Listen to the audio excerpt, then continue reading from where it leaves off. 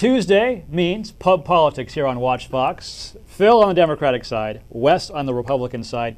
We've had a couple of days to digest everything that's gone down at the State House the past week. Ken Ard out as Lieutenant Governor, Senator Glenn McConnell in as Lieutenant Governor. That officially happened earlier today. Let's talk big picture first, Wes. What does this mean for South Carolina government?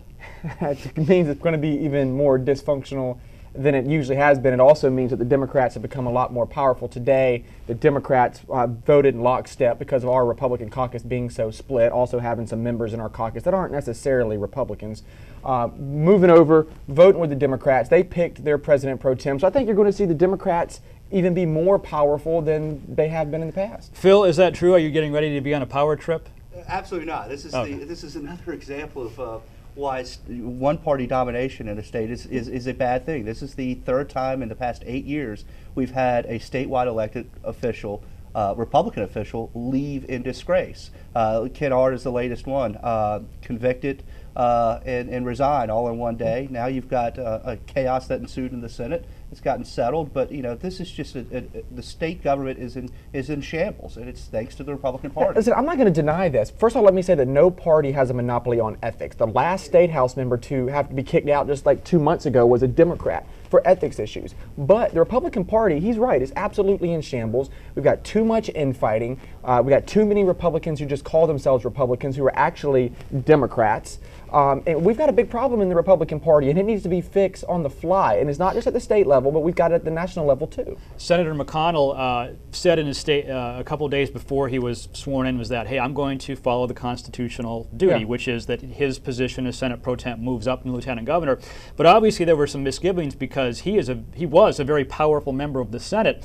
He goes from that to really a ceremonial position, a Lieutenant Governor. I can't find anyone who knows, who's outside of politics, who knows. The average person doesn't know what the Lieutenant Governor does. So obviously it was a situation where it sounded like he wasn't crazy about doing it, but he decided to do it because that was the way it was set up. Yeah, it's one of the most honorable things I've seen in politics. We do have some problems in the Republican Party, but this is a shining example of exactly what's right. You have a man literally going from the most important person in the state, the most powerful person in the state, to a position that is a nothing burger. That means nothing. He wears a purple robe and gavels in, and he didn't have to. He could have stepped down, but he did what was constitutionally right, and it was extremely admirable, and I thought it was extremely shady of the Democrats and Dick Harpootlian to go after him and attack him today after doing something so incredibly honorable. Phil, respond to that. Well, listen, I stopped at all the stoplights on the way to the studio here for the taping, and I followed the law. That makes me honorable according to that logic. McConnell was at the position he was in as President Pro Tem,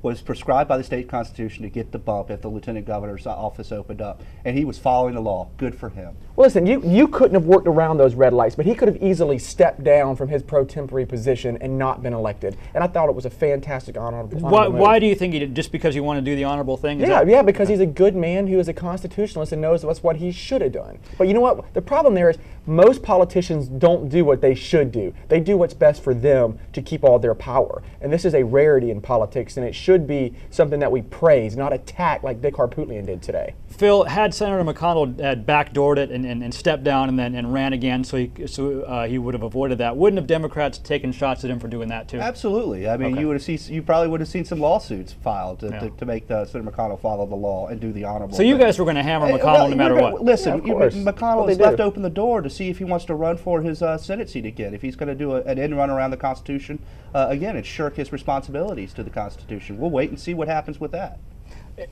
Quickly, we don't want to leave Ken Ard out of this because he was a Lieutenant Governor. He leaves in disgrace. What's next for him? Any idea?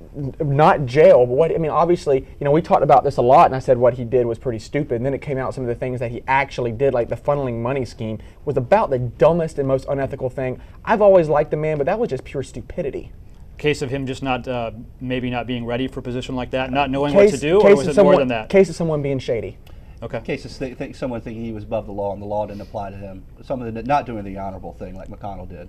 Yep. But it was an interesting week at the State House, no doubt about it. But for now, Glenn McConnell is the new Lieutenant Governor, and as the world turns, continues over there at the State House. Real quick, I want to talk about some good news. State unemployment is down.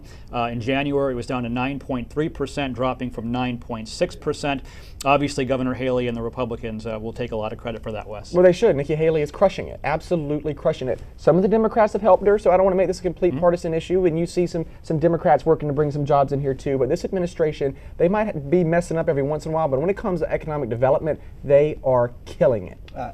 Look at the national level with President Obama. That's 23 straight months of job growth, and it's having its effect here on South Carolina. It's a positive thing. So you don't necessarily give the governor a lot of the credit. You say it's because of the trickle down. Absolutely. Okay. All right. Well, not surprisingly, that's how we settled this one. Guys, a very special Pub Politics, the pub version this week. Yeah, we're really excited. Congressman Joe Wilson will be on 6 o'clock tomorrow. Please join us at the Tin Roof or online at pubpoliticslive.com. And I understand there'll be more of you guys on the radio later this week. 7 extra hours, right? We're going to be guest hosting for Kevin Cohen on WVOC on Thursday and Friday afternoons 3 to 6. That ought to be entertaining. But don't forget Joe Wilson, Congressman Joe Wilson on Pub Politics, the regular pub version. PubPoliticsLive.com is the website. It's also at 6 o'clock at the Tin Roof in Columbia. Guys, once again, thanks for coming by. Thanks, man. See you next week. Back to you.